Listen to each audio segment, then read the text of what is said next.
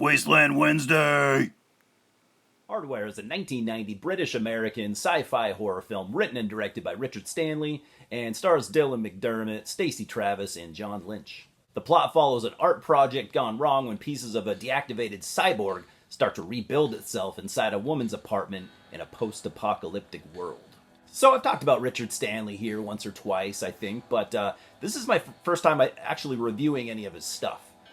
He's a director that I find really interesting, and one of my biggest movie, related disappointments of recent years when he was supposed to direct a string of H.P. Lovecraft adaptations. But all that was scrapped when he was canceled, for some domestic incidents in the past. We still got Color Out of Space, but we were supposed to get a bunch more. So while we may not get any more, cool films from Stanley, today we look at one of my personal favorites of his works, Hardware. Okay, so literally just as I was recording this and doing some research, I literally just learned that apparently Richard Stanley is uncanceled as of recently. I can't remember exactly when, and we should be getting his Dunwich movie soon. Well, okay then, that's a different topic for another day. But that's what I read. The allegations that he was facing were, I guess, proved in court to be unreliable. That's all I'm going to say. It's not my business whether the truth was revealed or not. That's what happened. The beginning of the film shows a lone scavenger drifting through an apocalyptic desert wasteland. Now this character is actually credited as the Zone Tripper, which is just so cool. He's played by Carl McCoy of Fields of the Nephilim. A little fun fact for you. And he finds pieces of what appear to be a destroyed robot, although when his back is turned, you actually see one of the robot's hands sticking up out of the sand, and you see it kind of twitch a little bit. So he does what you do when you're in the wasteland, and he picks up the pieces to, sell for scrap or whatever. Dude, I gotta say, if you've played any of the Fallout video games, even back to those early two from the 90s, you'll feel right at home here. I'd say that series might very well have borrowed from Hardware, since it was pretty much a mishmash of dystopian films, much to its credit. I'm a big fan. I mean, just look at the Zone Tripper at the beginning. It looks exactly, like a number of random characters you'll see in those games. The desert wasteland, and really most of this film, has an orange-reddish filter over it, making it look even more ominous, and the corroded industrial, look of the city is not much better. It's just ugly and, run down. And as he approaches the city, you hear Angry Bob, the radio DJ played by Iggy Pop, giving all the daily bad news, radiation warnings and all that. Then he goes, and as for the good news, there is no fucking good news. It's so awesome. Iggy Pop actually seems like he'd be perfect for a movie like this. I wish we saw more of him. Then you meet Mo, played by Dylan McDermott. One of the leads here with his buddy Shades and Alvy, the shop owner. And again, this is just so goddamn Fallout to me. If you've never played a Fallout game, I apologize for all the references. There'll probably be more. So Mo buys the robot head from the Zone Tripper as a gift for his girlfriend Jill, played by Stacey Travis, our other lead. And in my opinion, the more interesting of the two. I really like Jill. I'm just a sucker for the way that everything looks here in this film. I've been a sucker for post-apocalyptic stories since I was a kid, and I'm hoping it'll pay off someday, if you know what I mean. So Mo and Shades, take a water taxi, which is really cool, driven by none other than Lemmy from Motorhead, R.I.P. Lemmy, to get to the part of the city where Jill lives. I think Mo lives there with her too.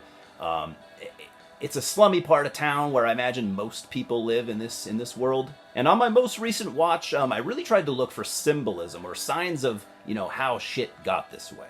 As usual, nuclear war and fascism seem to be where you can, point the blame. Seeing as you see yelling nuclear reactors in the industrial wasteland, I think, those were highlighted for a reason. I noticed an authoritarian-looking dictator poster in the city, the type.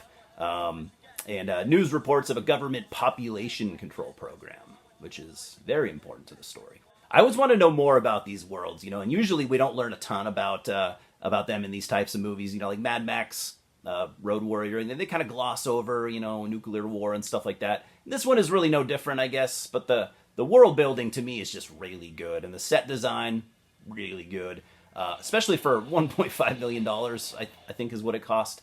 I really have no complaints, especially as far as set design and stuff like that. I love it.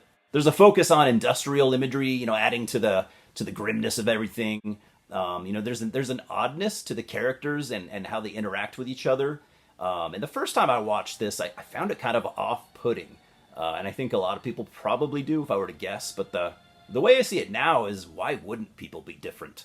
Why wouldn't they be a little weird, It's a reflection on societal changes and all that. And it makes more sense to me that way.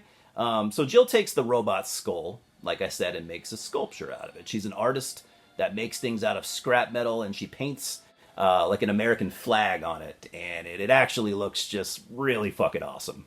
Mo asks, what it represents. He says he doesn't really understand it, and she says nothing, but I'll let you figure it out.